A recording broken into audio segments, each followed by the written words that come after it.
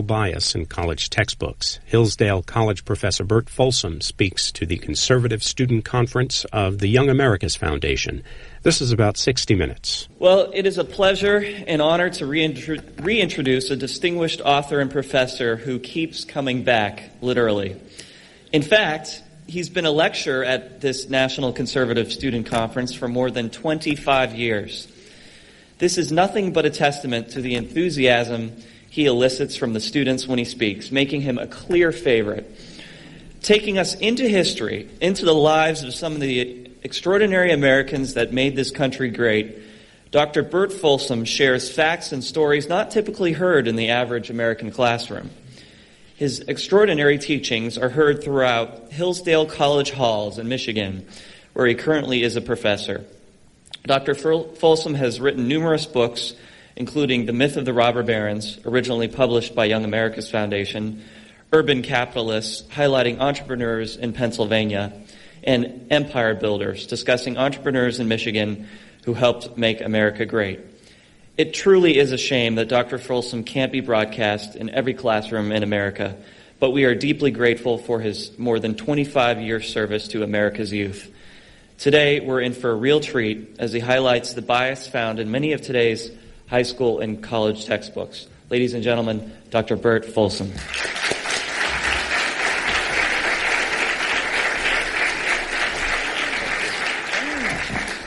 Hey, it's great to be back. And turn in your notebook there to the lecture supplement section. It's a couple pages down, and it starts with exploration. If you don't have your notebook with you, look on with someone else. Share. Because I want you all to see this. Many of you, we were talking yesterday, how many again have had a course in U.S. history at the college level? And many of you I know have yet to have one, and some will have more. It's good to look at textbooks because textbooks often have a particular slant. And often in U.S. history textbooks, especially at the college level, you have a liberal slant. And it's good to look at it and sort of try to identify it. What's going on here? How is the twisting being done? And the textbook we selected is called The National Experience. And the National Experience has gone through many editions. It was especially big. Well, it was written in the 60s, but sold many, many copies in the 70s, 80s, and 90s. Its authors are very prominent in U.S. history. John M. Blum of Yale University and Edmund Morgan, also at Yale University. We have Kenneth Stamp as one of the co-authors at the University of California at Berkeley. And then two others, both of whom won Pulitzer Prizes, Arthur Schlesinger and C. Van Woodward. So you have, as they advertise the book, an all-star cast, experts in American history. One of the reasons we picked this book to analyze is because it is written by some of the most prominent members of the historical profession. And so what we want to do is look at what some of these experts are having to say about American history and how we should look at it and judge it. This section on exploration, let's look at the whole Christopher Columbus story first. You'll notice exploration, and it talks about the rise of kings and commerce on the left-hand side of the page. Turn the page over to page 5. You'll see Columbus and the Spanish. Columbus and the Spanish. Let's read that a little bit, see what it has to say. Columbus and the Spanish. Christopher Columbus, the son of a Genoese weaver, was a man with a mission.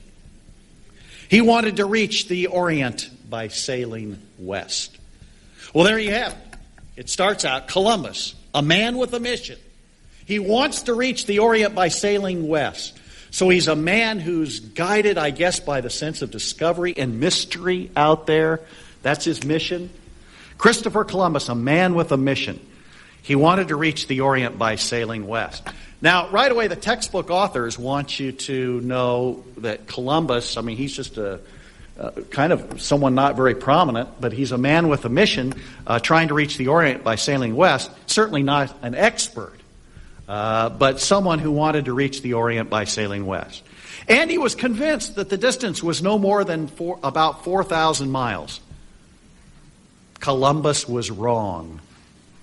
And when he tried to sell his idea, the experts told him so. The experts had known for centuries that the world was round, and they had a much better notion of its size than Columbus did. You know, right away this is kind of interesting. Well, if the experts knew so much, why didn't they go out and discover new worlds? Right? They just left it to Columbus, who wasn't an expert, which, by the way, tells you something. It's often the people who aren't experts, like Henry Ford, the second billionaire in U.S. history, who make significant contributions to American history. It's people who have a sense of innovation and common sense, and often they are considered to be buffoons by the people of their day. But they have that imagination, that inventive spirit, and they get the job done. Okay, Columbus was wrong, and when he tried to sell his idea, the experts told him so. The experts had known for centuries that the world was round, and they had a much better notion of its size than Columbus did. The king of Portugal would have none of his scheme, and neither would anyone else until Queen Isabella of Spain, who was not an expert, decided to take a chance. So here you have this story of Columbus out there bumbling and stumbling his way along, and Queen Isabella, well, let's go along with it. And Columbus, a man with a mission, he wanted to reach the Orient by sailing west. And there you have, in a nutshell, much of the Columbus story. Now, what's interesting in these textbooks is that they sometimes put in primary source accounts. That is, what did the author really say? Now you see what the experts say about Columbus. What did Columbus say about his own motivations? Was he a man with a mission trying to reach the Orient by sailing west? Did he have any other particular purpose in mind? Turn to page 7 where you see an insert from a primary source, right from the Journal of Christopher Columbus. This is right from Columbus's journal.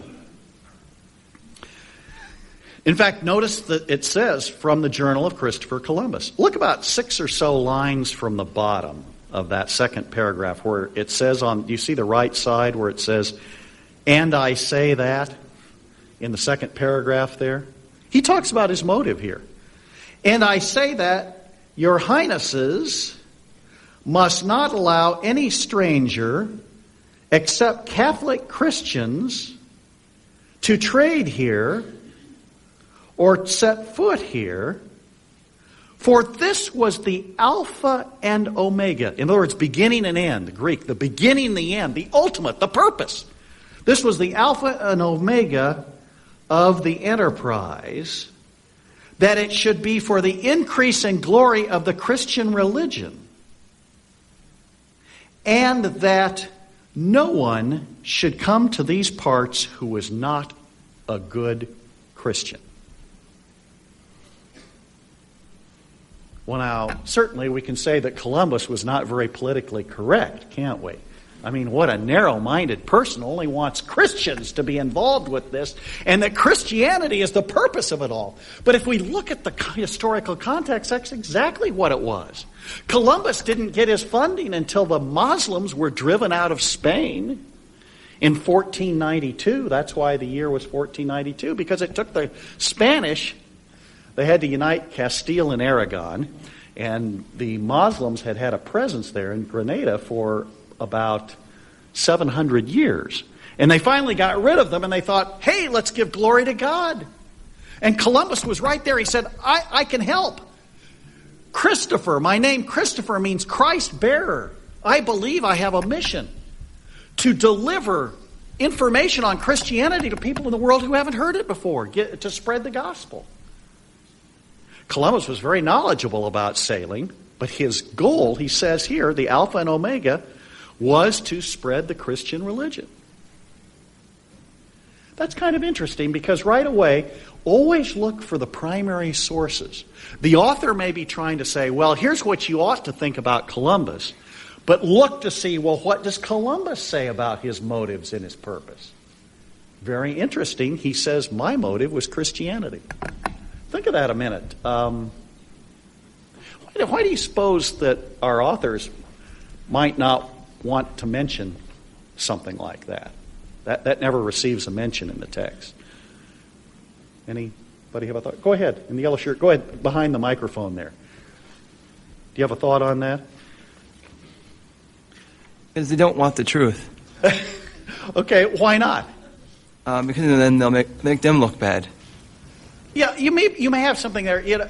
What this shows, whether you like it or not, and we have people, I'm sure, here who are Christians, who are agnostics. I'm a Christian. But it's fine if you're an agnostic, because whichever one you are, you have to admit that Christianity played a role in America from the very earliest times. It was part of the purpose.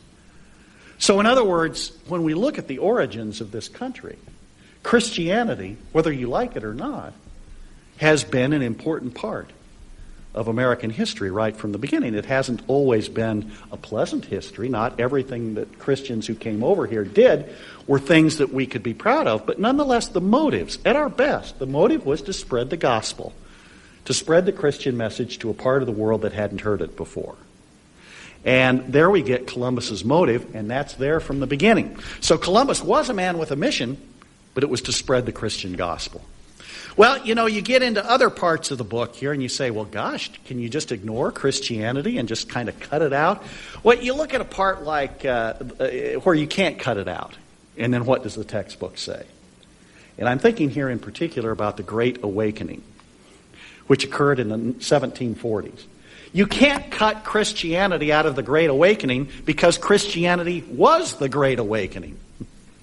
It was a religious revival that spread throughout the United States in the 1740s.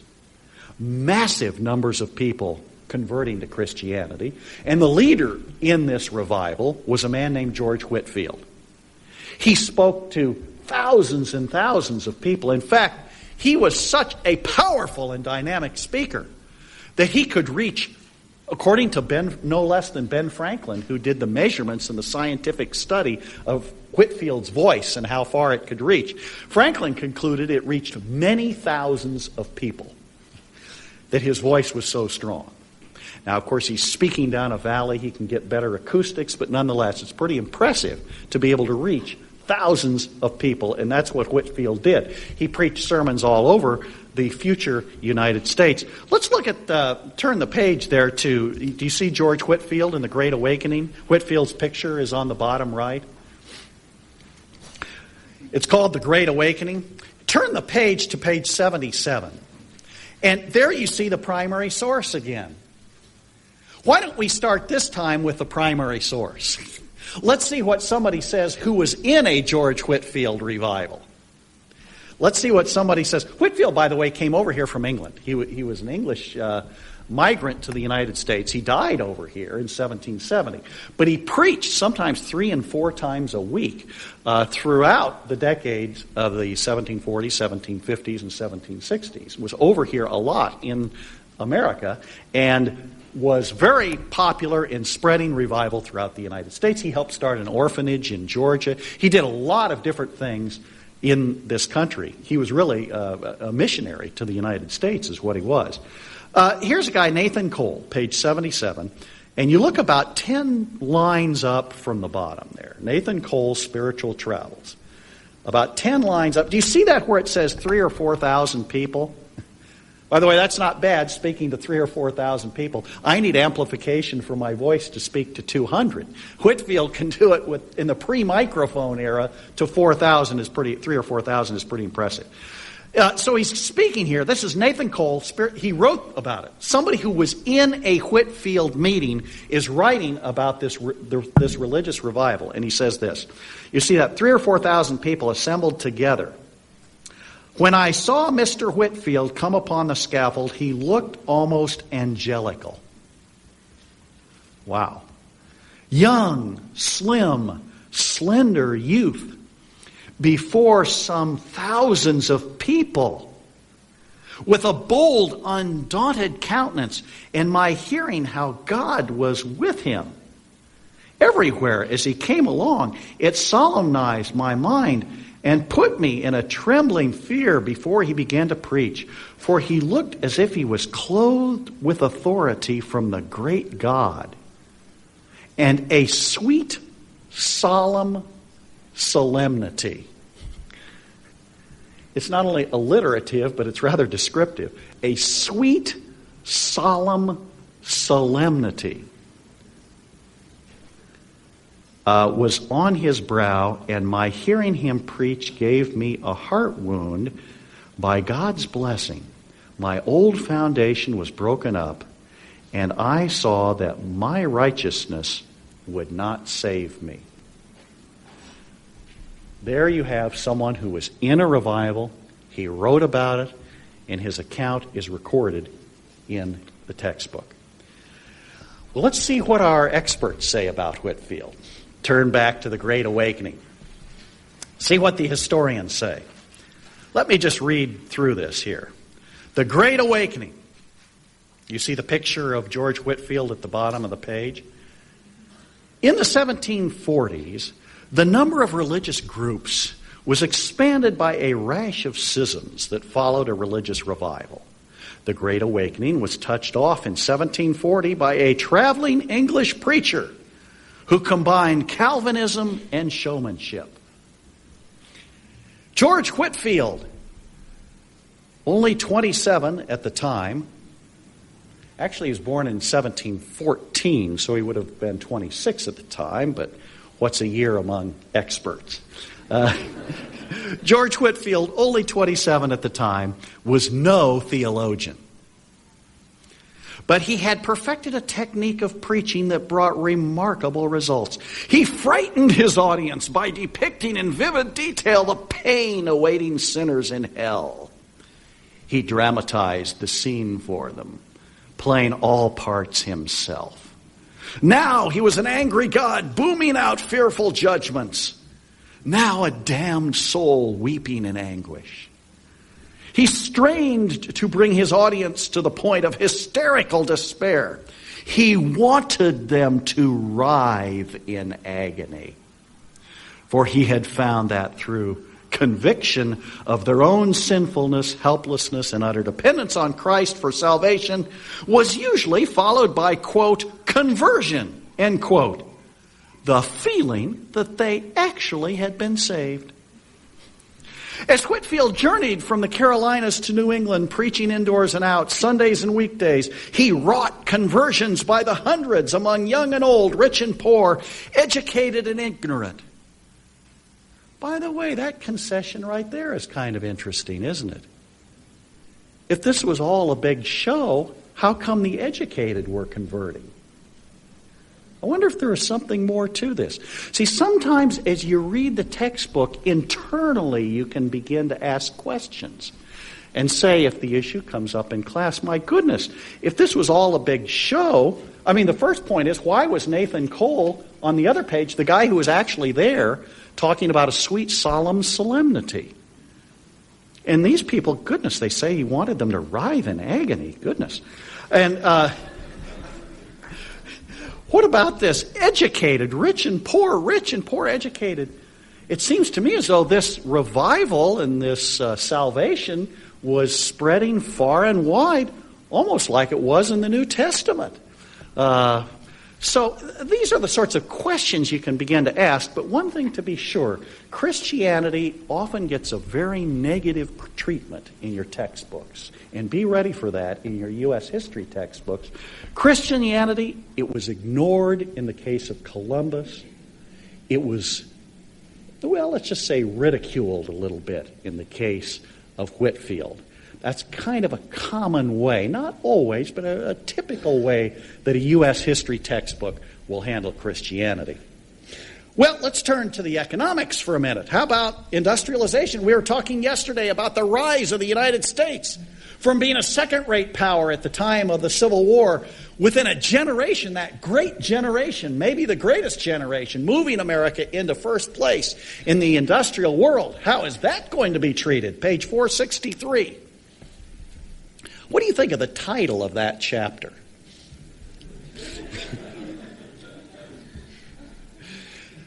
The ordeal ordeal of industrialization.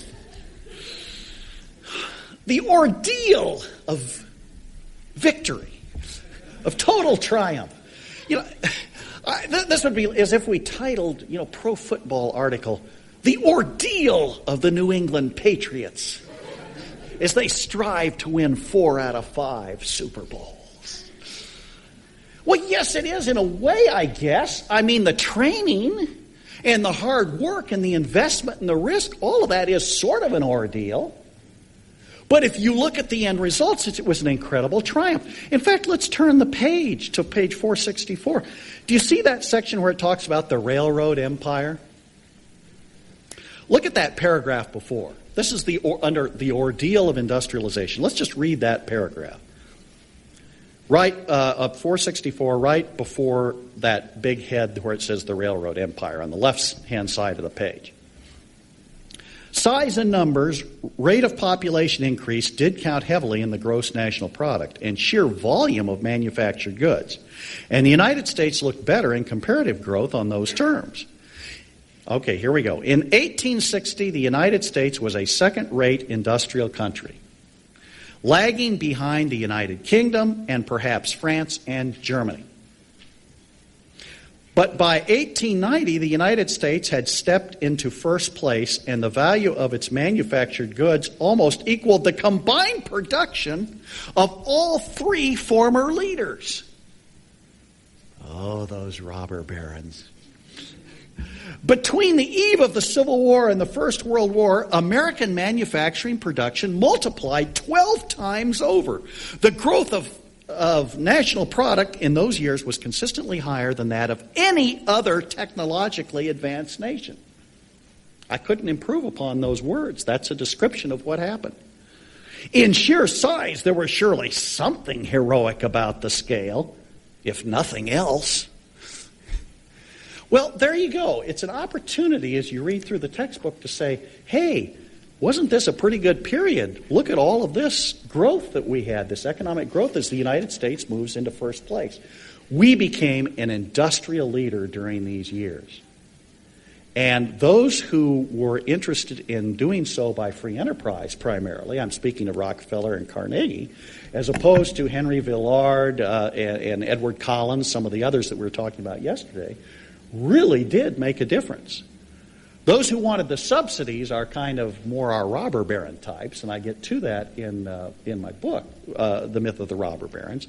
And you see here in this chapter, the ordeal of industrialization, confirmation of this growth. It's good to say, hey, it seems to me as though a lot of good things happened during this time period, too. It's an opportunity to at least raise the issue in class with the professor and students. Hey, it looked as though some good things happened here, too. Well, let's turn the page. 465, do you see that map? It's not too clear, but the one thing I wanted you to see at the bottom, it says early Pacific Railroad lines, about 1884. We have all the transcontinentals shown on that map, except for one. And that's James J. Hill's Great Northern, is omitted from the map. The one that did not receive federal subsidies, that story is not told effectively at all in the textbook, and the Great Northern itself is omitted from the map completely.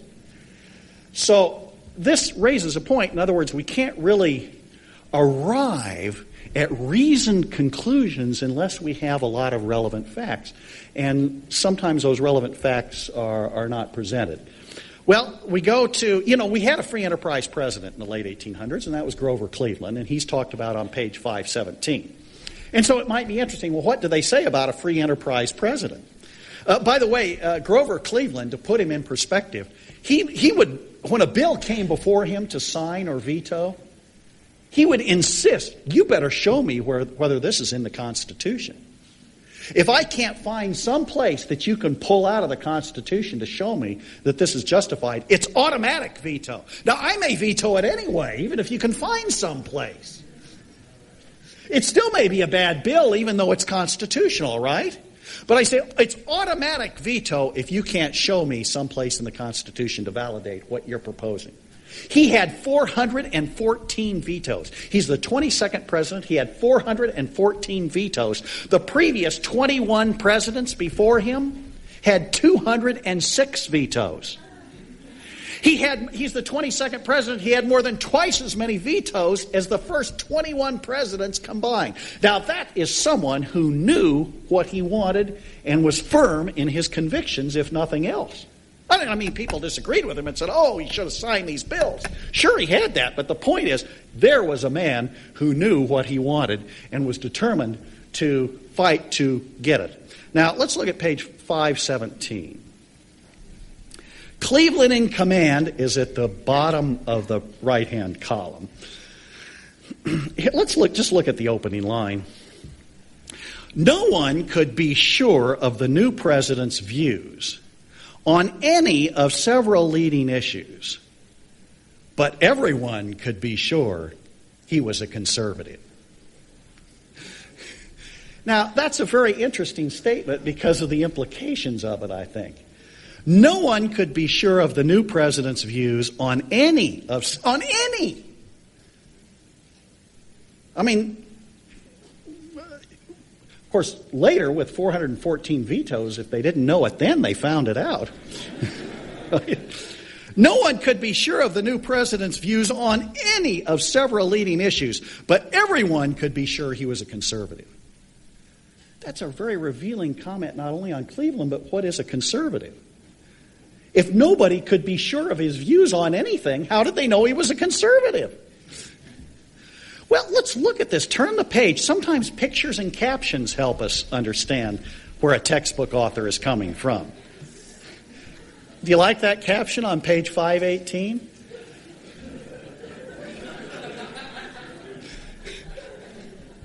Grover Cleveland, stubborn conservative. We didn't know what he thinks, but he sure was stubborn. Stubborn. Notice it's not principled conservative, right? Or conservative with integrity, with standards. Principled. It's Grover Cleveland, stubborn conservative. Well, what about somebody who they may like a little bit more or have a little bit more fondness for? Let's turn the page, for example, to... Let's see here. Do you see Fidel Castro there? It's about 3 pages over. What's the caption of...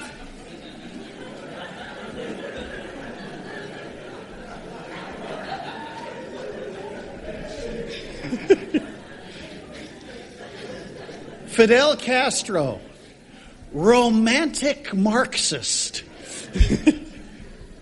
You know, I keep thinking after the Bay of Pigs when he took those people and he took all the blood out of their bodies and they sold it on the international market. Romantic Marxist. Yeah. So we have Grover Cleveland, stubborn conservative. Fidel Castro, romantic Marxist. Or we could go on. It's not just Castro. Look at, on page 691, look at Roosevelt. You see that caption? Roosevelt in 1932. A real choice. A real choice. There's the man, a real choice. However, if you look below at the text, look at that on the left-hand side, 4 lines down. Roosevelt began to define that New Deal during his campaign. He was often deliberately vague and took pains to avoid offending any large block of voters. He hedged on the tariff. Well, where's the real choice? You know, where I teach at Hillsdale College, that's a real choice. We take no federal funds. That is a choice. But Roosevelt really didn't offer much of a choice in 1932, and most historians really think, in fact, the only thing he really committed himself was to cutting government spending. He had a variety of speeches he gave during the campaign, but the Democratic platform was rigidly committed to cutting spending, and Roosevelt said he accepted the platform. Well, in any case, the textbook bias sometimes is seen in captions on pictures. Well, let's go on here to Andrew Mellon. Page 639, do you see Andrew Mellon there? His picture is there. I like that caption above his picture, equality of opportunity with a question mark above him. Of course, Mellon is the Secretary of Treasury who did the tax cuts that we talked about yesterday in the 1920s that increased the revenue. And it was across-the-board tax cuts. Let's look at a couple paragraphs on Mellon in our textbook here. Page 640. The left-hand side of the page, 5 lines down. Let's start with that paragraph and just read those 2 paragraphs. So you just turn the page from where Mellon's picture is on 639 to 640. Foremost among Harding's advisors was Secretary of the Treasury Andrew Mellon, a reticent multimillionaire from Pittsburgh, whose intricate banking and investment holdings gave him, his family, and his associates control, among many other things, of the aluminum monopoly. A man of slight build, with a cold and weary face. Mellon exuded sober luxury and contemptuous worldliness. You know, you're almost ready to hear that he's a stubborn conservative. The government is just a business, he believed, and can and should be run on business principles. Great businesses, as Mellon knew, thrive on innovation and expansion. Yet the only business principle he considered relevant to government was economy. With small regard for the services that only government could furnish the nation. Do you see this? It says Mellon worked successfully to reduce federal expenditures. Read that sentence again. With small regard for the services that only government could furnish the nation. This is where the battle of ideas takes place, doesn't it? There is a belief here, although he doesn't specify what those services are, that only government can provide the nation. And after all, there's some. The Constitution and even Adam Smith talk about the government protecting contracts, right? And possibly building roads, that kind of thing. And but primarily in a role as an enforcer and a protector, not in a role as spearheading economic development. So with small regard for the services that only government could furnish the nation, and of course national defense would come under that heading too. The textbook implies there's a lot of good things government can do. We don't really mention them here, but there are a lot of good things that government can do that private enterprise can't do, which means we need to have government in there increasing so it can do those things. This is where the battle of ideas takes place. Well, talks about Mellon working unceasingly to reduce federal expenditures. Expenses had to be cut if he was to achieve his corollary purpose, the reduction of taxes, especially taxes on the wealthy. It was better, he argued, to place the burden of taxes on lower income groups. For taxing the rich inhibited their investments and thus retarded economic growth. One of the reasons I wrote Myth of the Robber Barons was to try to set the record straight that the tax burden in no way was put on the poor. In fact, only 2% of Americans, roughly, were paying taxes at all. And excise taxes were virtually non-existent except for that on cigarettes in the 1920s. The big increase in excise taxes occurred in the 1930s. 98% of Americans roughly had no payment to the federal government. So the idea that we are shifting a burden here, and remember the rate in fact was cut proportionally more on the lower income, it was cut from 4 to 1.5% on the lower income groups, and it was cut from 73 to 24% on the upper incomes groups. So proportionally, actually, the tax rate was cut more at the lower end than the upper end. But in any case, the exemption was big enough to cover most Americans who didn't have to pay any tax at all. Okay, well, there you have Mellon. Well, if you believe that Mellon, if you follow me here, if you believe that Mellon's tax cutting had the effect of foisting a tax burden on the poor, and that Roosevelt was a real choice in 1932, and that Castro's a romantic Marxist, then naturally the role of government probably ought to be increased. Well, what you have here that I put also included, I like to include this in textbook information, is Franklin Roosevelt's executive order for a 100% income tax on all income above $25,000. Now that, I grant you, is a real choice. That is a real choice, but I would say it is the wrong choice. Certainly the wrong choice for encouraging any type of entrepreneurship. Roosevelt used the war to justify it, but it's significant that he also used the war to justify withholding. And withholding is still with us. And so most Americans became taxpayers during World War II. About 2/3 of American families emerged from World War II as taxpayers. So that when Roosevelt came into office, really only it was still a very low percentage, under 5% of Americans paid any income tax.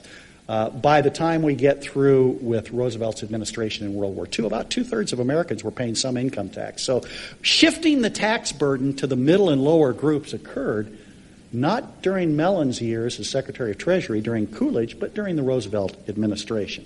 Now, as I mentioned yesterday, the 100% income tax was repealed by Congress, but we still were left with a 90% tax, very high, and had the effect of inhibiting some investments.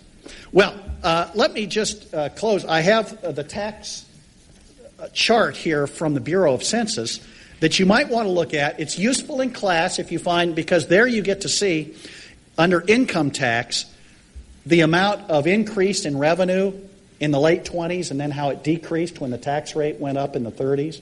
And you get to see how the excise taxes became important in the 1930s. This is a useful piece of primary source information that might help you in class as you're discussing these issues perhaps with your professors. I tell you what, though, it might be a good time to take some questions. Let me just point out that I have one other textbook that's covered here. It's mainly a high school text, Gary Nash's book, American Odyssey. And perhaps I ought to conclude just by reading what he has to say about Reagan. Because Reagan, if you'll recall, cut taxes on all groups from 70 to 28% on the top groups, and then, of course, we had a great spurt of economic development as a result of those tax cuts. Look at page 858, Gary Nash, American Odyssey. Let's just look at a couple paragraphs there on Reagan. On the right-hand side of the page where it says within months of taking office, about a third of the way down on the right-hand side, within months of taking office, Reagan got Congress to approve one of his biggest campaign promises, a major reduction of income taxes that favored, above all, the wealthiest Americans. That raised a tough question. Lower taxes meant less money flowing into the Treasury. The money flowing into the Treasury during the 1980s doubled. Because, as Andrew Mellon himself might have said, 70% of nothing is nothing, and 28% of something is something. And we attracted a lot of investment into the American economy. Microsoft was founded in the 1980s. Walmart, as I mentioned yesterday, received a big boost in the 80s. And these began to be heavy tax-paying industries, and revenue, in fact, doubled to the government during the 1980s. Reagan also sharply increased military spending, which he did, that is true. How was he going to balance the budget as he had promised voters? His answer was to chip away at domestic programs. Welfare benefits were cut, and 1 million recipients of food stamps were removed from the government rolls. Fewer government programs were available to revitalize the cities and pay for children's meals in the nation's public schools. Boy, I just cried. Medicare benefits were slashed, requiring the elderly to pay more for health care, and unemployment compensation was reduced. By the way, most of these things didn't happen. I urge you to read Dinesh D'Souza's biography of Ronald Reagan. Most of what's described here is either exaggerated or it didn't happen. Most of the scaled-down programs had grown out of the liberal social agenda that had dominated presidential and congressional policies for decades. Cutting them back fit Reagan's conservative view that the government should be less involved in the lives of people, even those people who needed help. Now, again, you see, in other words, if the people needed help, it would have to be government to do it. It couldn't be private charities that would do it. It would have to be government that did it, and so any slashing really hurts the poor. And there's the dynamic you have, the battle of ideas that we are faced with right in another textbook. That textbook, Gary Nash, he's a professor at UCLA. He was the principal leader of writing the National History Standards in the 1990s. So here you have a couple of textbooks, prominent historians involved in writing them, and you can see the battle of ideas that we have and are faced with, and I want you to be prepared. That's why we go over a textbook here, is to look at this, look at pictures, look at captions, look at subheads, look at the use of language, these kinds of things, sometimes internal contradictions. Always look at the primary source, because then you look at what the person going through the episode really thought. Those are all things that can help you as you read a textbook, sort out what's true, what's opinion, what should I believe, what should I reject. Thank you. Let's take some questions.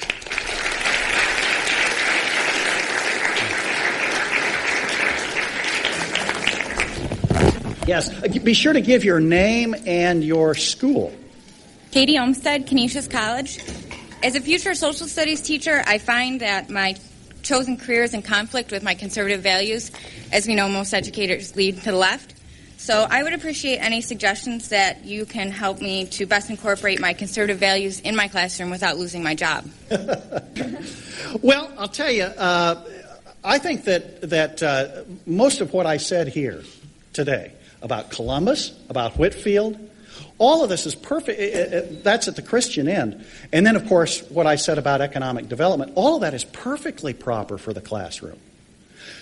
What many educators and how they interpret the First Amendment, which is not what the First Amendment says, but put that aside, how the courts have been interpreting the First Amendment is that you should not proselytize in class.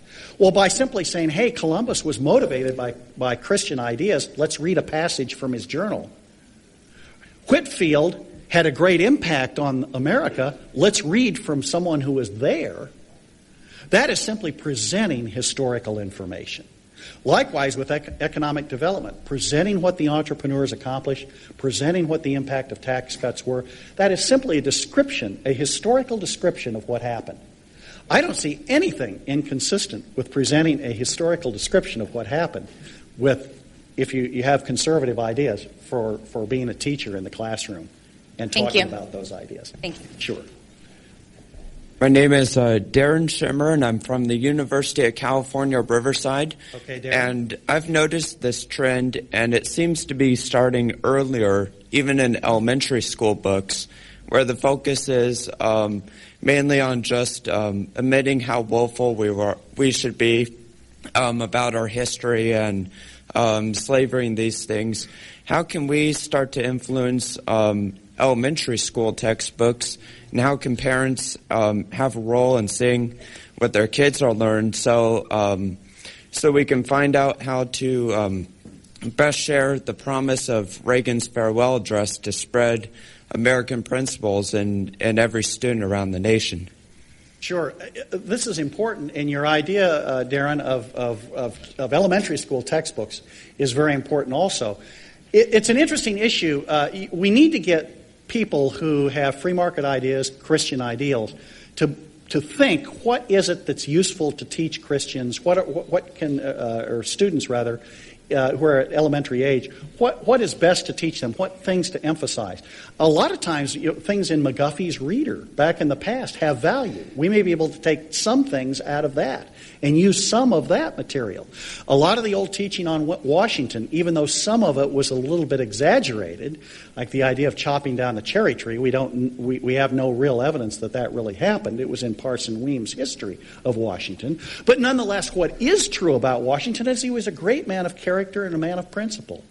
When Congress wanted him to steal food at Valley Forge to feed the troops, he didn't want to do it that way.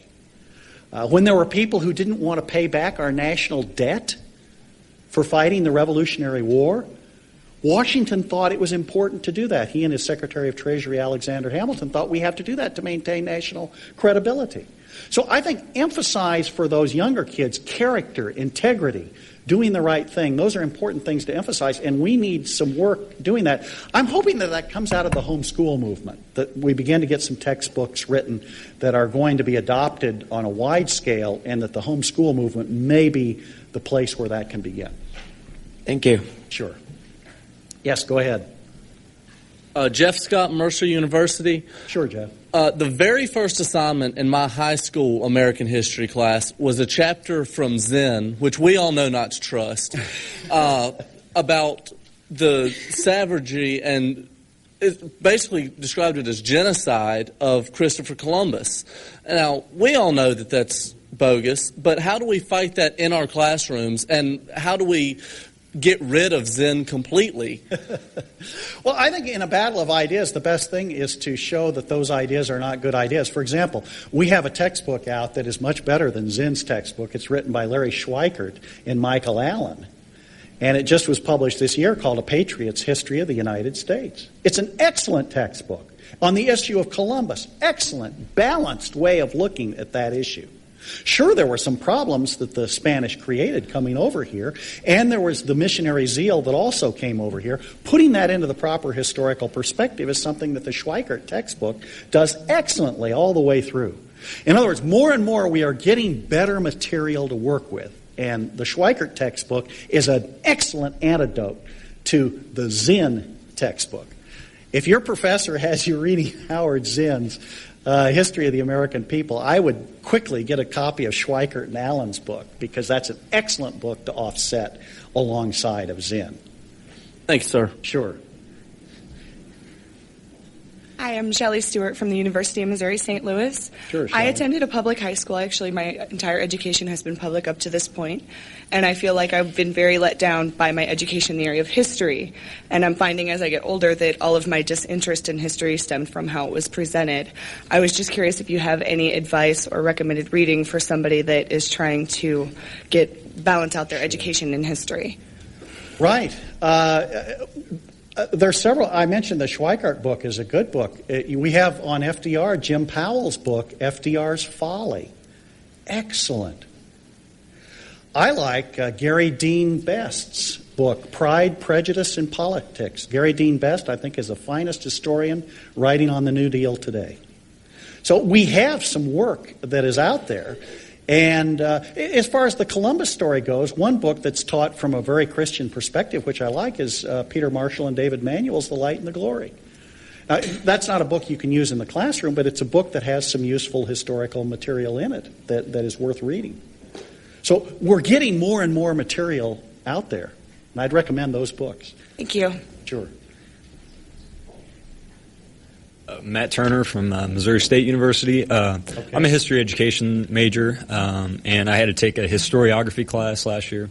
And a lot of issues were brought up throughout the year where we compared both sides, not only what you may say is the classical learning, like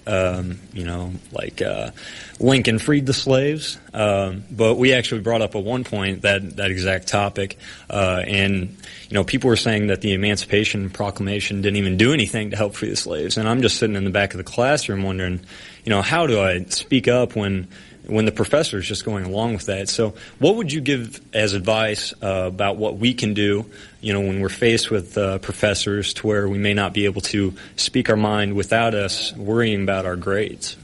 A good question. First of all, to answer your question again with another book is Alan Gelzo's book on Lincoln and the Emancipation. He's an excellent historian because the Emancipation did make a difference. Even though it didn't make a full difference, it made a partial difference. The whole issue of slavery is a fascinating one, and one thing to consider is that the Underground Railroad was a key part of creating sentiment in the North against slavery, and the Underground Railroad never would have worked effectively if black and white had not worked together. People like Harriet Tubman and Thomas Garrett, reading biographies of Harriet Tubman or Thomas Garrett, Garrett being the white, Tubman the black, together they worked and had hundreds of slaves that they worked together to get northward, to challenge and challenge existing laws which were contrary to the Declaration of Independence. As far as history, you make a good point, and that was asked in Floyd Brown's time here too, and it's a good question. How do you handle this with professors? My general rule on this, because I've been through this as well, I think, to have pretty open-minded professors on the whole. Maybe they're less so now in the last 20 years or 30 years than they were when I was in school. But I still think the best strategy, if you have a disagreement, is the first step, if you can, is go up after class privately and talk with the professor. The professor is always apt to be more open to criticism when it's one-on-one rather than something that happens right in front of the class, in front of everybody, because that's when professors will tend to get intransigent. And I can get pretty intransigent myself sometimes. And so when you ask something that's embarrassing in front of the whole class, that's not the best way to get the professor on your side. If you go up after class and say, hey, look in the textbook, do you really think this? A lot of times professor will say, you know what, you make a good point. Bring that up in class. I had many a professor say, bring that up in class. And I would. And then we'd be ready to discuss it. Now, sometimes they'd argue with me, but the point is it gave me a chance to bring up my point in class. Another thing you can do, though, without harassing the teacher in any way, is simply to when you have a textbook like this and it's being discussed, to say, you know, the textbook says this, but this primary source seems to say something entirely different. Should we believe the person who was there, or should we believe the historians writing about the people who were there? That sometimes is a good question, too. Not that primary sources are infallible. I'm not suggesting that. But I'm saying this is a sort of question that can open the discussion. It's not confrontational. You're not attacking the professor by doing that. Thank you. Sure. Yes, sir. Go ahead. Hi, I'm Jeremy Citizen from Carleton College. Okay. I was wondering, in addition to the study of history, which of the major academic disciplines are most and least susceptible to textbook bias? Right, so that's a good question. We see some of it in political science, too. History is really probably the one that is the worst. But we also see some in political science. We see some in sociology. And, of course, we see some in literature and in English texts on literature criticism. But probably history is the one that gets the most attention because the bias seems to be most pronounced in history textbooks. Yes? Hi, Molly O'Flanagan from Gannon University. I was just wondering your opinion on the flat earth myth. On the flat earth movement? Myth. The flat earth myth? I'm sorry, I didn't understand that. I was just wondering your opinion on the flat earth myth. Oh, the flat earth myth. Mm-hmm. I had a professor who did a big section on that in textbook bias with the flat earth myth. I was wondering. Well, you've caught me there. I didn't know that there was a significant flat earth school of thought that had come out. Yeah, he had actually, at first I was like, oh my gosh, but he talked about how people never really thought the earth was flat and that we've just been fed that for years, and then it came around in about the mid-1800s. Well, actually, a lot of people did think the earth was flat, but a lot of Christians were skeptical of that from the start, because if you look at chapter 40 in Isaiah, it says, the Lord sitteth on the circle of the earth. Now, Isaiah is writing in maybe 600 BC, so there certainly were people back then who were aware of that. But there were also people who did think the earth was flat. I would not make a big issue out of that, because those who did think the earth was flat, whether they did or didn't, by the 1500s, it was pretty well settled. Mm-hmm. He made the point that we've been told forever that it was happening, and that really he named about 2 people that any of us had ever heard about that actually thought that, and then he named about 10 that thought it was round, like popular people that everyone would know. Sure. Sure. Thanks. Of course, one of the issues is, what are you going to do if you decide it is round? The experts didn't do anything. Yes, go ahead. Good morning, Dr. Folsom. My name is Will Erlinson. I go to Concordia College in Moorhead, Minnesota. Yes, you've given us a lot of information on how to kind of look for clues at the scene of the crime with textbook bias. And my question is about the Internet. I've found that the first thing I do when I receive a textbook before I even open it up is go Google the author, try to find out what their background and their bias might be, and what to expect. I was wondering if there's a consolidated Internet resource about textbook bias. Good question. Maybe that's a good job for someone here to take up. I know of no such resource, but it would be excellent if one were put into operation. That would really be outstanding. I hadn't thought of that idea. Good idea. Go ahead. Hi, I'm Christopher Roberts, Bob Jones University. I've been in private Christian education my whole life, and we've always used books with Christian perspective, even our math book, to which my friend discredited to, are you learning 2 disciples plus 2 disciples equals 4 disciples? And people always discredit different things like that, and I just wanted to know, is there anything I can use to combat them? Actually, it sounds as though your education has been strongly Christian. You haven't had to fight a lot of the textbook bias the way that others have. What that does is, to whom much is given, much is expected. Also, it holds you accountable to get some of your ideas out, to become a participant in the battle of ideas. And when you encounter friends or others who have not had the advantages you've had, at least in educational training, to speak up. Thank you. Sure. Last question. Hi, Mike Lewis from ACU. In high school, we were required to take a course in sociology. Okay. And the textbook would define a family as any unit with the purpose of procreation. It went on to say that there could be a man and a woman, 2 moms, 2 dads, etc.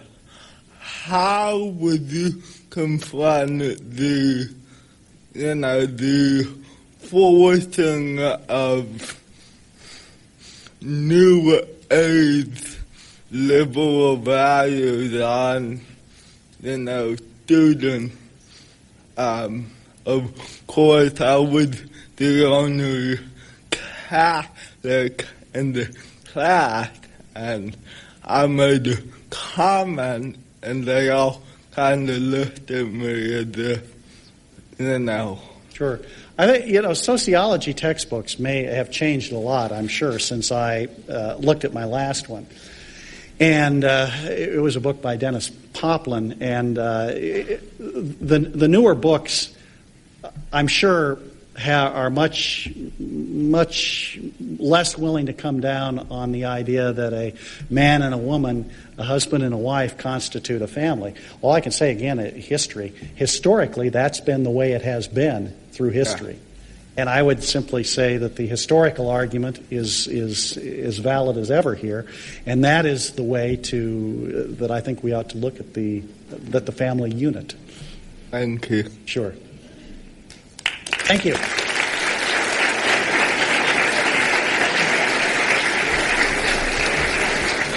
Hey, Roger, I'll turn it over to you here. Well, thank you, Dr. Folsom. This will be his last lecture with us this week, so be sure to thank him for all of his help.